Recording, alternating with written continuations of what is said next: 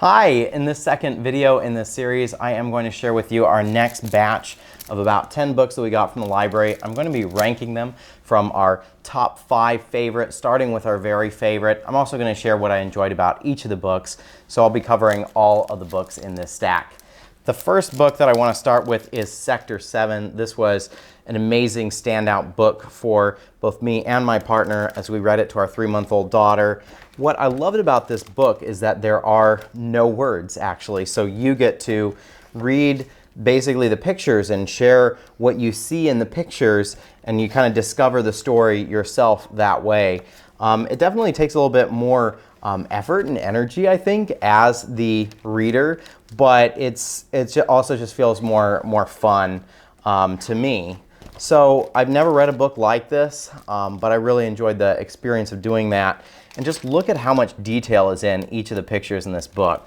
So on every page, you're going to be discovering things. And if you and someone else read the book on different days, the story might feel a little bit different to your kid because each of you are going to discover different things as you read it. So this was an amazing book, Sector 7. Definitely recommend it. It is so unique. Second book up is called Good Night Owl. And this one could also be called OCD Owl. It is about an owl who hears a sound in his house and it's a little squeak, and so he's just freaking out trying to figure out how to get rid of that squeak sound. In the end, he makes peace with it. But it's just a hilarious story. I found out it's published by Disney Publishing, which sort of made sense because the style of storytelling is a lot like a Disney cartoon. It's just very silly and very cute, and just a lot of personality coming from the character of this OCD owl. Next up I have Lottie Paris and The Best Place, and this is a story about a boy who loves dinosaurs and a girl who loves space and planets, and they meet in the library and they exchange interests, basically. I liked that the story was about kids. I liked that it didn't have too many words on each page, so there's a lot of visuals that you get to share with your kid as you're reading the story to them. I think that helps with especially young kids with keeping them engaged in the story. And it just felt like a very contemporary nice story that is not like a children's book that's written for adults, but a children's book that's really just written for kids. I thought it would be fun and relatable to kids. So I really appreciated this story. Next up is Perfectly Imperfect Mira. This is one that I think probably kids would enjoy, but I especially as a parent appreciated an opportunity to share this particular story with my daughter. I'll have to share it with her when she gets older too, because I'm not sure how much she can take in at 3 months old. But it is a story about a girl who sees other kids excelling. They're excelling at, instruments or painting or dancing, and she can recognize that she's just not good at like anything. But it turns out that she really just needs to try, and she needs to give herself some grace so that she can try and fail and get better. And in the end of the story, she decides that she is good at something. She's good at growing. I just thought that was a beautiful message, and I'm so happy to get to share that with my daughter. Next up is Molly's Tuxedo.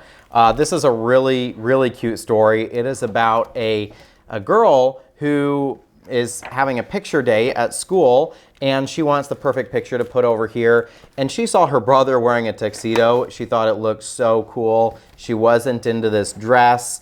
And I think it's really just a story about a girl who has her own sense of fashion, is discovering her own sense of style, and wants to take control of that.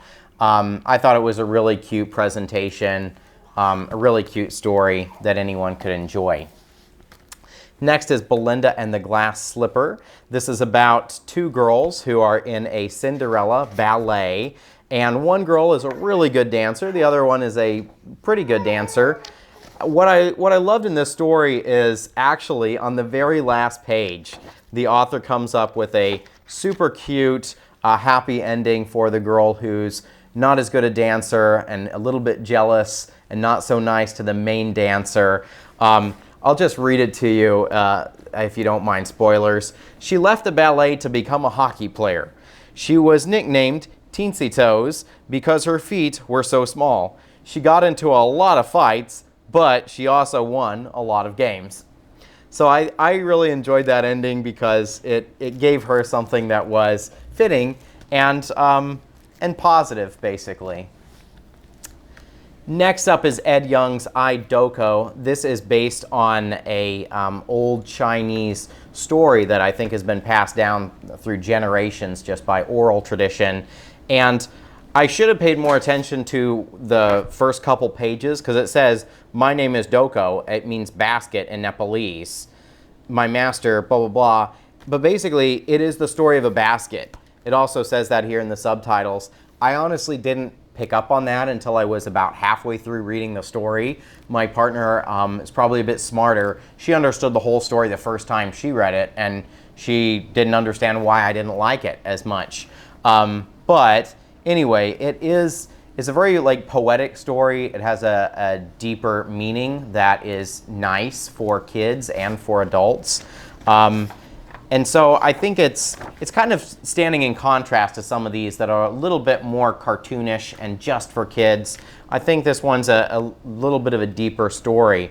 But I appreciated it more the second time I read it when I had a little bit more time to focus on it and understand it. Different story, definitely, but very good.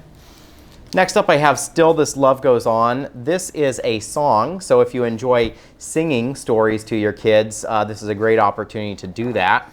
And it's a Native American story and song. It's about their love of the land and their love of their family and their traditions. And I think it's about keeping the past and keeping culture alive. I think that's probably the main theme of this story. Very easy read. Most of these books honestly are 5-minute reads. So I guess what I just advocate for is pick up a bunch of books at the library, read them all, because even if they're not your favorite, they're still great stories to still get to pass on to your kid. If you can actually play piano or something, you can even perform the song. They have that in the back of the book. I love the illustrations and just of the uniqueness of this book, really. Next I have Sleep Like a Tiger. This is about a kid who doesn't want to go to sleep, but his mother makes him go through the motions of falling asleep. And I think the real standout in this story is the illustrations. These illustrations are so vivid and detailed. They feel kind of childlike, and I think that contributes a lot of uniqueness and charm to them. A lot of details too that you can point out if you enjoy kind of pointing to different things on a first or second reading to engage your kid and to teach them different words. There's so much you can point out in these illustrations. And the final book that I want to share with you today is called Blue on Blue. The real star of this book is the illustrations, in my opinion. It's a very, very simple story. You kind of get an opportunity to count animals, count the pigs here, or just point out different details in the illustration to your kid. But I remember there were some illustrations I just thought were so gorgeous, and so I really appreciated that the illustrator had a chance to use this very unique style on a project like this. So that one's called Blue on Blue. That is our haul. If you would like to see more book hauls like this and hear my personal notes and thoughts on them, you're welcome to subscribe to this channel, and I'll see you in the next video.